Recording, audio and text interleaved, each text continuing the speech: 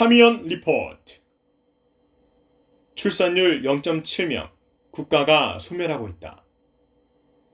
지난 8월 30일 통계청이 발표한 2분기 합계 출산율 0.7명이라는 숫자가 국민들의 마음을 무겁게 하고 있다.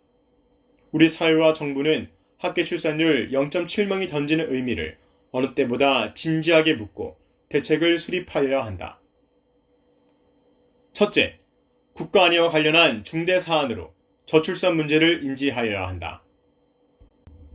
가임 여성 1명이 평생 낳을 것으로 예상되는 아이의 수를 뜻하는 합계 출산율 0.7명이라는 수치의 심각성은 대체 출산율을 이해할 때 제대로 알 수 있다. 대체 출산율은 한 국가가 지속되는 데 필요한 최소한의 출산율을 뜻하는데 일반적으로 2.1명 이상이 유지되어야 한다. 이러한 이유에서 합계 출산율 2.1명 미만의 나라를 저출산 국가로 분류하는 것이다. 합계 출산율의 지속적인 하락은 기하급수적 인구 감소를 초래한다.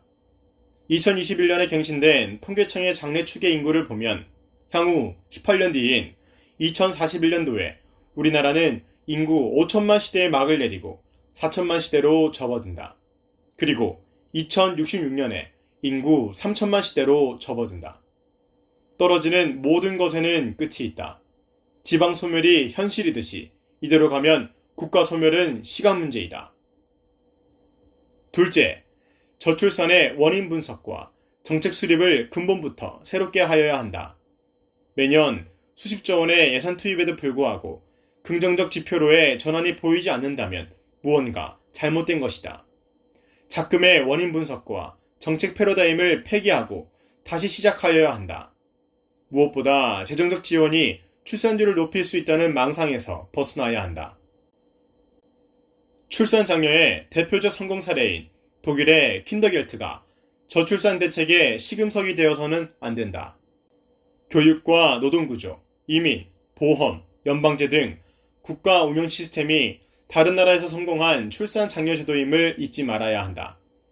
정부 각 부서 정책이 협업을 넘어서 일치된 맥락을 유지하여야 한다. 예컨대 복지, 노동, 가족 정책 등 출산과 직접적으로 관련된 부서뿐 아니라 교육 정책도 바뀌어야 한다. 자녀 교육비 지원이 아닌 교육 시스템 자체가 출산율을 높이는 방향으로 제대로 혁신되어야 한다. 정책의 효과성을 높이기 위해서는 청년들과 신혼부부의 출산하지 않을 결심의 비밀을 푸는 방법을 바꾸어야 한다. 신혼부부의 직업과 취향에 따른 다각적 접근과 함께 출산 기피의 깊은 내면적 이유를 분석하는 현상학적, 문화사회학적 접근 방법을 보완하여야 한다. 셋째, 인구부의 설치와 법체계 정비가 시급하다. 무엇보다 합계 출산율 문제와 급격한 인구 감소 해결을 위해 인구부를 조속히 설치하여야 한다. 인구부를 설치하여 보건복지부, 고용노동부, 여성가족부 등의 분산된 출산, 육아, 가족 등의 업무를 통합하여 추진하여야 한다.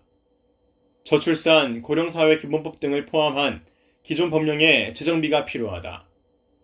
출산장려기본법을 제정하고 출산, 모자보건, 보육, 가족지원 관련 타 법령을 통합하는 작업을 통해 출산장려를 위한 법의 토대를 새롭게 하여야 한다.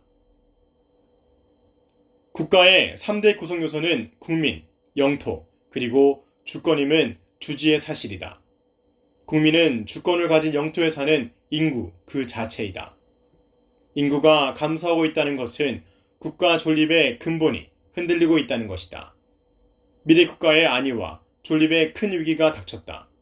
출산도 안보의 문제이다.